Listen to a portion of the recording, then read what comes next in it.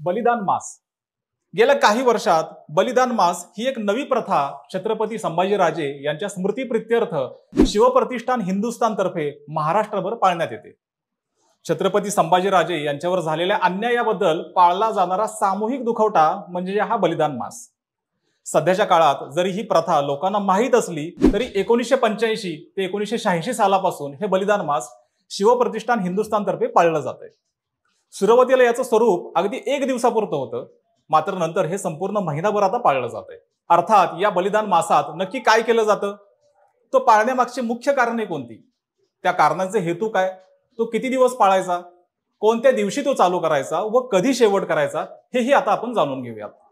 या बलिदान मासामध्ये अनेक तरुण काही गोष्टी वर्ज्यही करतात, जसे की त्यांची एखादी आवडती वस्तूही ते महिनाभर खात नाहीत किंवा अशाच काही गोष्टी ते महिनाभर पाळतात।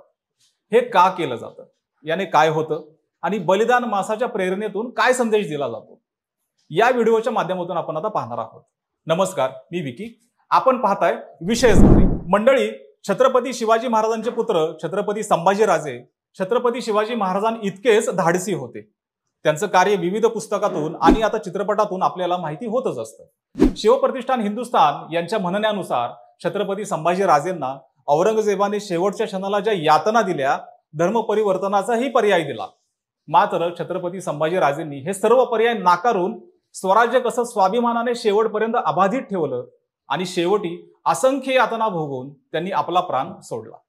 याची जाज्वल्य भावना फक्त वैयक्तिक न ठेवता ती सामूहिकरित्याही पाळली गेली तर छत्रपती संभाजीराजेंना ती मानवंदना असेल, ही भावना शिवप्रतिष्ठान हिंदुस्थान यांची आहे।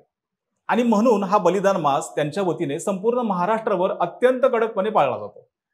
मुकरब खानाने जेव्हा छत्रपती संभाजीराजेंना औरंगजेबापुढे आणलं, तिथपासून पुढे 40 दिवस महाराजांना जो त्रास दिला आणि तिथपासून ते शेवटी महाराजांनी जे बलिदान दिलं, तो संपूर्ण काळ म्हणजे बलिदान मास, असं शिवप्रतिष्ठानचं म्हणणं आहे।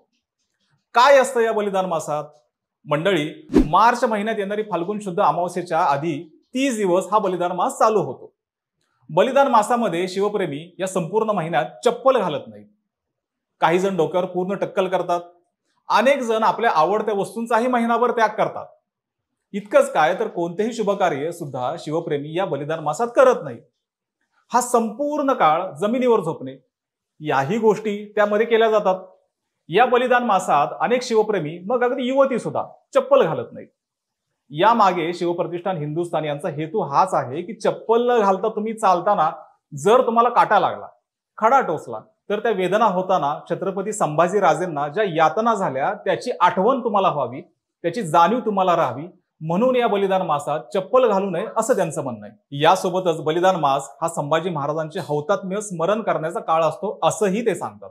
याच मासात असंख्य शिवप्रेमीकडून रक्तदानही केलं जातं।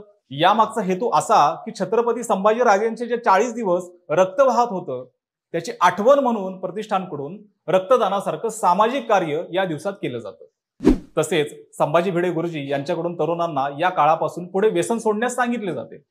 एखाद्याला जर व्यसन असेल तर तो या मासापासून पूर्णपणे व्यसन सोडतो आणि असे अनेकांनी केले आहे असे प्रतिष्ठानचे लोक सांगतात। संभाजीराजेंचे शेवटी व्यवस्थित न झालेले अंत्यसंस्कार हेही कारण या बलिदान मासामध्ये आहेच। आणि यानंतर मासाच्या शेवटी म्हणजेच फाल्गुन शुद्ध अमावस्येला मूक पदयात्रा काढून या बलिदान मासाचा समारोप शिवप्रेमींकडून केला जातो। तर अशा पद्धतीने हा बलिदान मास पाळला जातो। छत्रपती संभाजीराजेंना ज्या यातना झाल्या त्याप्रती संवेदना या कृतीतून कराव्यात, त्यांच्या दुःखाची जाणीव ही तुम्हालाही कृतीतून व्हावी, असा शिवप्रतिष्ठानचा उद्देश आहे। महाराष्ट्रासह राजस्थान, मध्य प्रदेश व इतर राज्यातूनही अनेक अमराठी लोक ही या मासामध्ये सहभागी होत आहेत असे प्रतिष्ठानचे लोक सांगतात।